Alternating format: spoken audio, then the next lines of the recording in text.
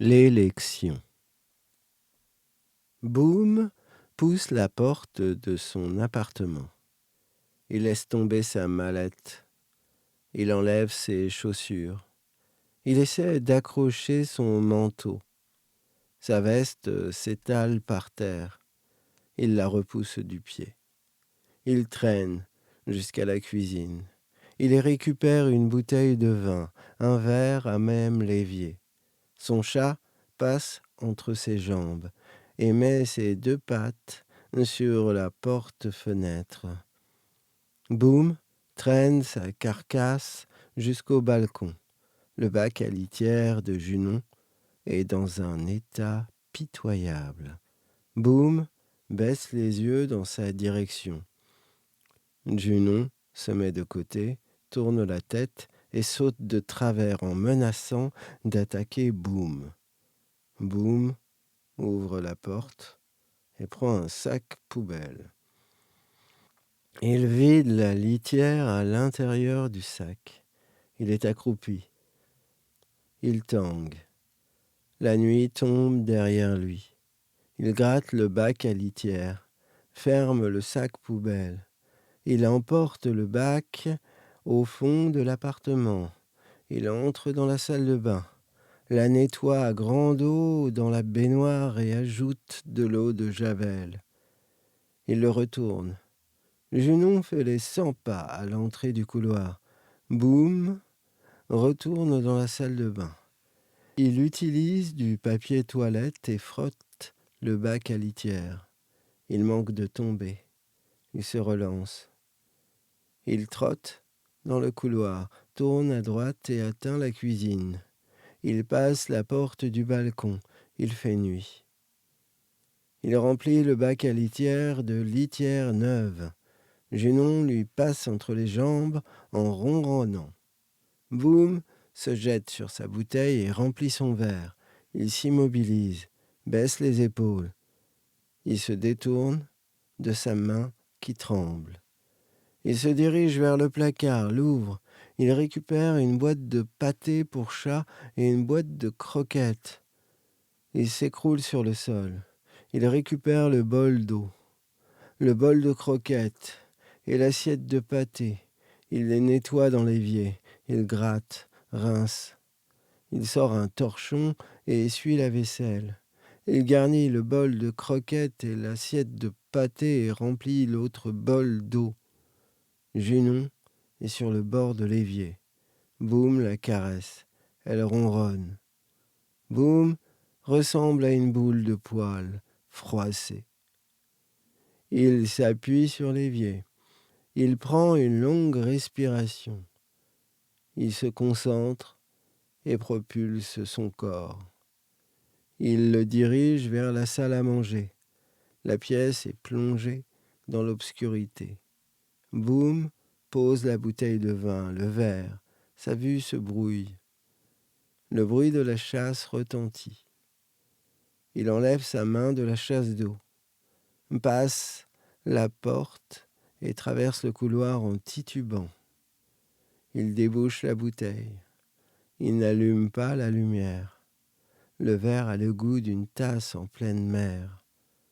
Il a l'impression que les grains de sable coulent dans sa gorge. Il vide un autre verre. Soudain, la télévision s'allume toute seule.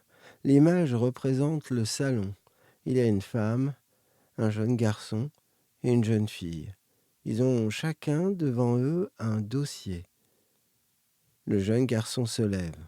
« Monsieur Boum, levez-vous, dit-il. » Boum s'exécute, le verre à la main.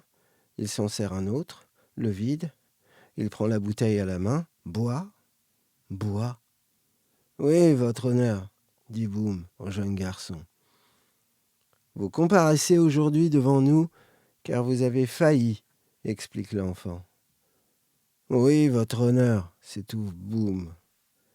Qu'avez-vous à répondre pour votre défense demande son juge. Coupable, votre honneur. Je ne me trouve aucune excuse, se balance Boum. Bien. Vous ne nous laissez pas le choix, tonne l'enfant. Tu aurais pu au moins broder quelque chose quand même, lui dit Elia, sa femme. Papa, tiens-toi debout quand même, lui dit Malia. Oui, ma chérie, dit Boum. Eh bien, tu ne nous donnes pas le choix, dit une voix qu'il ne connaît pas.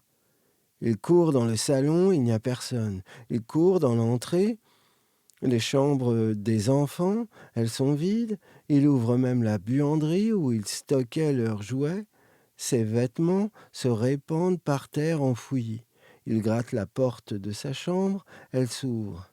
La fenêtre de sa chambre est grande ouverte. Il se met en équilibre sur la fenêtre du balcon. Il saute sur le lit. Il galope jusqu'à la salle à manger. Ah, Junon, tu m'as fait peur. Tu es drôlement grande. Je me vois dans tes yeux, s'étonne Boum. Junon s'approche du museau de Boum. Elle ronronne. Un bruit de clé retentit, puis de porte, puis une lumière se reflète dans leurs yeux. « Oh maman, regarde Junon, il y a un chat avec lui, dit Malia. « Ah oui? Où est ton père ?» demande Elia. « Oh maman, on peut le prendre avec nous, supplie Malia. » Zion traverse le couloir en évitant les vêtements qui le jonchent. « Man, j'ai fait le tour de la maison, je trouve pas papa, dit Zion. Le jeune garçon fronce les sourcils. « Il exagère, il devait vous prendre, dit Elia. Elle regarde la bouteille vide sur la table.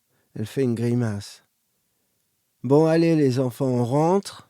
Pizza, salade et un dessin animé pour la peine, proclame Elia. Elle ouvre la porte. Bah, qu'est-ce que tu fais, Malia demande Elia. Zion passe devant sa maman, il porte Junon. Il a un nom celui-là demande Elia. Man, on peut l'appeler Conconce, dit Zion. Dans les bras de Zion, Junon ronronne en regardant Conconce. Oui, maman, ça lui va bien comme nom. Il est trop marrant, sourit Malia. Elle serre Conconce qui semble sourire et s'accrocher désespérément au bras de Malia. Allez, on rentre, dit Elia. Elle ferme la porte de l'appartement à double tour. Tout le monde monte dans la voiture. À travers le rétroviseur intérieur, Elia observe les enfants, avec chacun un chat dans les bras. Elle bouge la tête et démarre. Serrée dans les bras de Malia, Conconce regarde s'éloigner son immeuble. Junon se frotte contre lui.